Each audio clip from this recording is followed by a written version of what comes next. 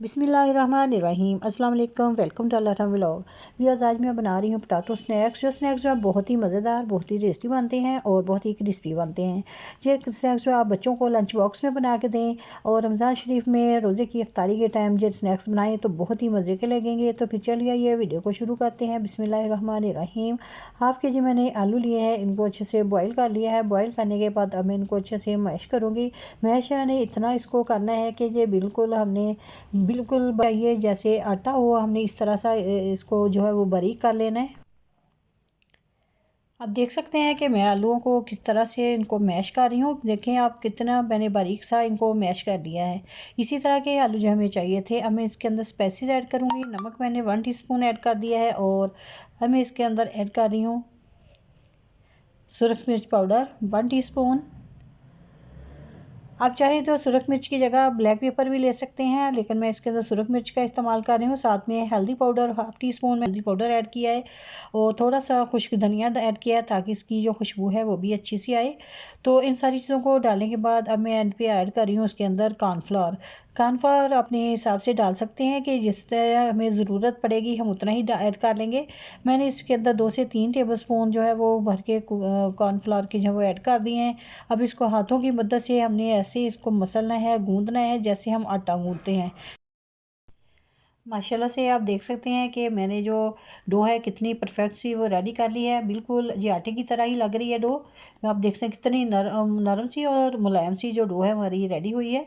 तो अब इसे हम शेल्फ़ के ऊपर ऐसे ही फैलाएंगे जैसे हमने रोटी बनानी है। बिल्कुल इस तरह से हमने इसको अच्छे से फैला लेना है हाथों से और इसको बिल्कुल अच्छे से सेट कर लेंगे। ना तो हमने ये इनको बहुत ज़्यादा बारीक बनाना है, ना ही बहुत ज़्यादा हम मोटी बेलेंगे। तो हमने हाथों से इसको ऐसे अच्छे से सेट कर लिया। अब मैंने ये स्टार का जो डिज़ाइन था उससे मैं इसे डिज़ाइन जो है वो बना रही हूँ। आप चाहें तो किसी और चीज़ से भी इसके डिज़ाइनिंग जो कर सकते हैं। अगर आपके पास जो भी तेज़ तीखे किनारों वाली चीज़ हो उससे आप कटिंग जो है वो कर सकते हैं। गिलास लेने या कोई भी चीज़ लेने तो इस तरह से आप इसकी जो कटिंग है वो डिज़ाइनिंग जो है वो बना सकते हैं। तो मैं तो ये स्टार वाला डिज़ाइन जो है वो बना रही हूँ। ये बहुत ही अच्छा सा भी लगता है और बच्चों को भी बहुत ज़्यादा ये लंच बॉक्स वगैरह बना के देंगे तो पसंद आएगा।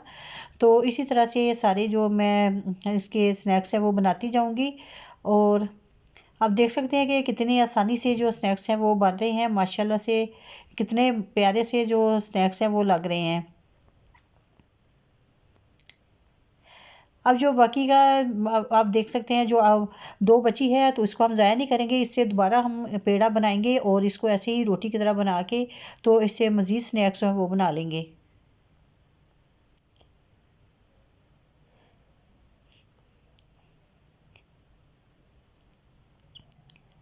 माशाल्लाह से आप देख सकते हैं कि कितने ज़्यादा स्नैक्स हैं वो रेडी हो गए हैं। माशाल्लाह आप इनकी लुक देखिए कितने अच्छे से लग रहे हैं।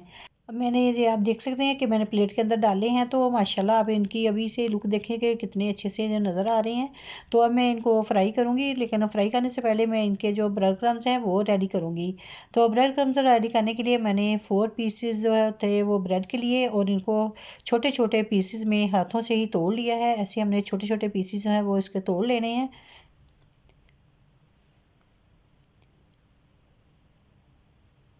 जी, तो मैंने सारे पीसेस जो हैं उनको तोड़ लिया है। आप देख सकते हैं सारी ब्रेड जो है वो टूट चुकी है। तो अब मैं जो ग्राइंडर की डब्बी होती है इसके अंदर डाल के तो जो ब्रेड क्रम्स हैं इसको बना लूँगी।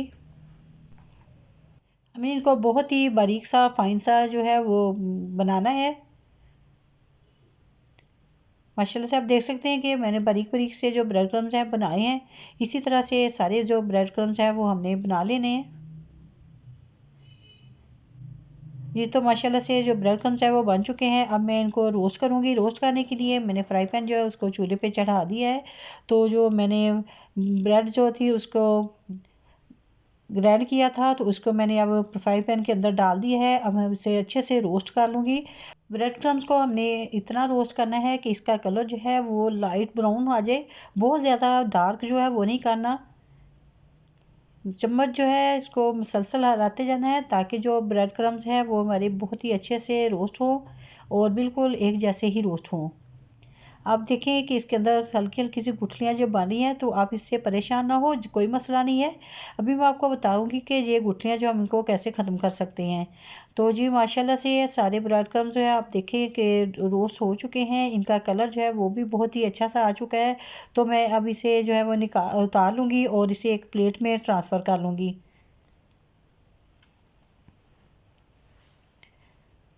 ये तो मैंने प्लेट में डाल लिया था और इसको ठंडा कर लिया। बिल्कुल ठंडा करने के बाद या तो आप इस तरह इससे हाथों से मसल लें, या फिर दोबारा से इसको ग्राइंड कर लें। तो ग्राइंड करने से ये बहुत ही फाइन से जो ब्रेड क्रम्स हैं वो रेडी हो जाएंगे।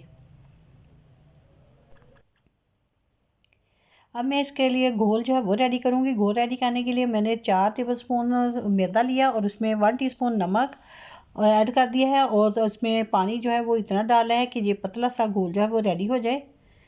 आप देख सकते हैं कि मैंने किस तरह का घोल जो है वो रेडी किया है। अब हमने क्या करना है कि एक स्नैक्स को उठाना है, पहले घोल में डालना है, फिर इसके ब्रेड क्रम्स के अंदर डाल के तो ब्रेड क्रम्स लगा के तो ऐसे ही रखते जाएंगे। हम इन्हें जो स्नैक्स हैं इनको ऐसे ही ब्रेड क्रम्स लगा के तो फ्रिज के अंदर भी रख सकते हैं। जब भी हमें ज़रूरत पेश आए तो हम इन्हें निकाल के तो इस्तेमाल कर सकते हैं। ये जो स्नैक्स हैं ये ख़राब नहीं होंगे, 3 से 4 दिन हम इसे जो है फ्रिज में जो है वो रख सकते हैं। अगर अचानक से मेहमान भी आ जाए तो आप ये उठाएं और निकालें, फ्राई करें और चाय के साथ पेश करें, या फिर बच्चों को लंच में ज़रूर ये बना के दें। तो ये बहुत ही आसान काम हो जाता है।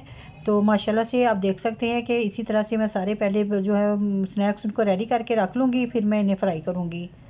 आप देख सकते हैं कि मेरे सारे स्नैक्स जो वो रेडी कर लिए हैं। अब जितने मुझे ज़रूरत होगी मैं उतने स्नैक्स जो उनको फ्राई कर लूँगी। ये तो आप देख सकते हैं कि मैंने हाफ़ केजी आलू थे तो उनसे कितने ज़्यादा स्नैक्स जो हैं वो बना लिए हैं। आप इनकी लुक देखें, अभी से ये कितने अच्छे से लग रहे हैं। तो अभी मैंने फ्राई करना है। फ्राई करने के लिए मैंने जो ऑयल था वो कढ़ाई के अंदर डाल के उसको गर्म कर लिया। तो फिर अब मैं इसके अंदर ऐड कर रही हूँ जो स्नैक्स मैंने रेडी किए थे। अब हमने इसमें लो फ्लेम के ऊपर फ्राई करना है, बहुत ज़्यादा हाई फ्लेम पे नहीं फ्राई करना। बिल्कुल लो फ्लेम के ऊपर हम फ्राई करेंगे तो हमारे स्नैक्स जो हैं वो बहुत ही क्रिस्पी भी बनेंगे और फूले फूले से भी बनेंगे। माशाल्लाह से आप इसकी लुक देख सकते हैं कि कितने अच्छे से स्नैक्स जो हैं वो माशाल्लाह बन रहे हैं। जब इनकी एक साइड कुक हो जाए तो फिर हम इनकी साइड जो वो दूसरी चेंज करेंगे। माशाल्लाह से देखें जी स्नैक्स जो हैं वो रेडी हो चुके हैं। अब हम इन्हें निकाल लेंगे। माशाल्लाह इनका कलर आप चेक करेंगे कितना अच्छा सा कलर आया है। इसी तरह से मैं स्नैक्स जो है रेडी कर लूँगी। माशाल्लाह जी देखें जी क्रिस्पीनेस इनकी चेक करें जी। तो मैंने सारे स्नैक्स जो हैं उनको रेडी कर लिया है। एक प्लेट मैंने जो स्नैक्स की उनकी रेडी कर ली थी, तो एक प्लेट को मैंने ऐसे ही फ्रिज के अंदर जो है वो रख लिया ताकि मैं इनको बाद में इस्तेमाल कर लूँगी। तो इस तरह से हम इसको जो है स्नैक्स को बना के तो रख भी सकते हैं, 2 से 3 दिन ये स्नैक्स जो है बिल्कुल ख़राब नहीं होंगे। तो हम इन्हें बाद में फ्राई कर लेंगे।